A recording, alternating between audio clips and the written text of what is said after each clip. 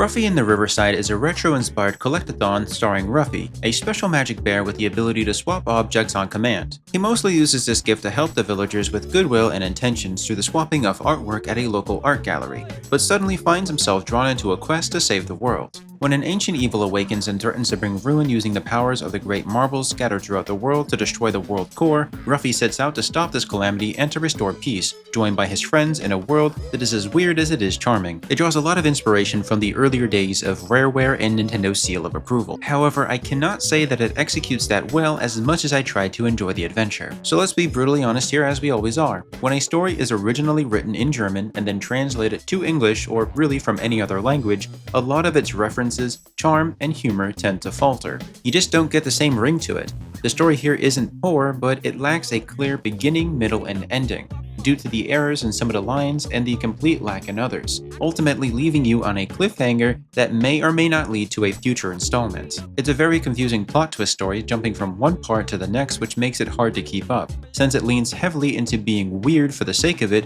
which is charming in its own right. And I don't want to spoil the main story as it unfolds, but it just doesn't make much sense, not because it's complex, but because it isn't complete. For example, the prologue doesn't make it into the ending, much like most of the game, which makes everything feel thrown in haphazardly. It just feels like we're only getting a portion of something bigger that may or may not be a thing in the future. While trying to have fun and messing around like I usually do, I did run into a few issues that did completely halt my progress. You see, the game effectively soft-locked itself until I reloaded my save or reloaded the area that I was in. This happens often when you use the swapping power. All of the important objects don't always revert to their original form, unless you leave the area and come back. So let's say you manage to swap everything in that zone. This is a serious flaw because nothing resets. Sometimes things do reset, but I do believe the developers should return to address these issues for a lot more clarity rather than confusing their players. For example, I spent a good half hour stuck on this sun puzzle with a very simple solution,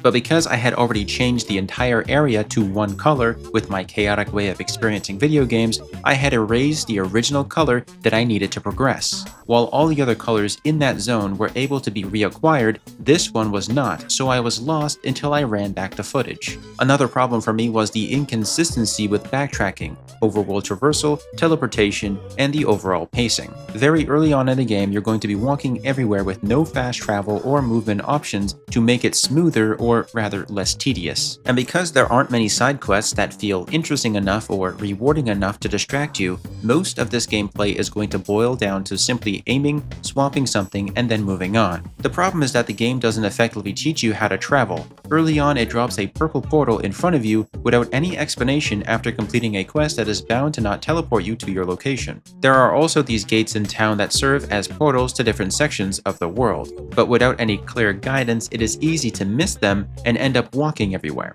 A simple unskippable cutscene similar to the long drawn-out core animation would solve this early in the game, effectively teaching the players that these portals exist to cut their travel time in half if they do manage to overlook them as they currently are. Talking about the purple portals again, after completing a main quest, you will sometimes get teleported straight back to the Basilica, but then other times you're dropped in a random zone with no bales around. This means that wandering back to the village and the Basilica the old-fashioned way is the only way to progress. I don't necessarily mind the walking, but I do wish the systems were more consistent considering there isn't much sightseeing going on, as nothing here matters unless you're a completionist. And again, because the game ends on a huge cliffhanger, it leaves an already confusing story feeling even more unresolved. It genuinely makes you wonder why it was handled in such a roundabout way instead of giving players a more satisfying conclusion. The game absolutely nails one thing. It captures the essence of what made retro games interesting. It feels like the developers took a real risk and tried something new,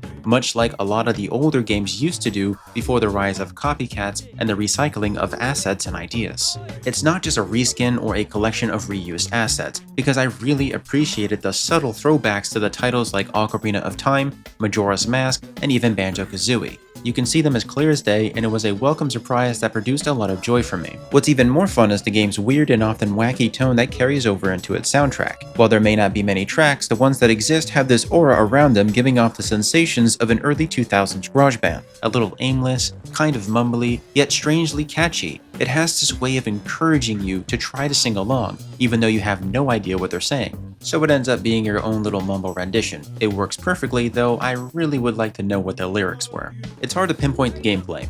You are in control most of the times, but there are sections where the game wrestles the controls away from you, plays out a sequence of events, and then hands you back the controls. These moments often feel a bit too anticlimactic and very unsatisfying. For the most part, the game is a very fetch quest heavy experience with lots of backtracking between locations and very few means to speed up your travel or to explore. The combat isn't particularly complex either. Bosses are usually just a matter of knocking them down, punching them until they phase, and then dodging some basic projectiles or some ground slams. The shining factor here are the puzzles. Whether it's the sun, the wall, or the secret riddles, I genuinely had fun figuring them all out. They do have simple solutions, but they're not overly difficult. Even though they are scattered sparsely throughout the game, the moments of being stumped and then solving them are easily the most satisfying moments that I can think of. The puzzles make excellent use of Ruffy's swap ability, letting you change the color, symbols, or objects into a heavier or lighter destructible form. It's simple, it's clever, and it works. It's just a shame that the rest of the game doesn't deliver content in the same way.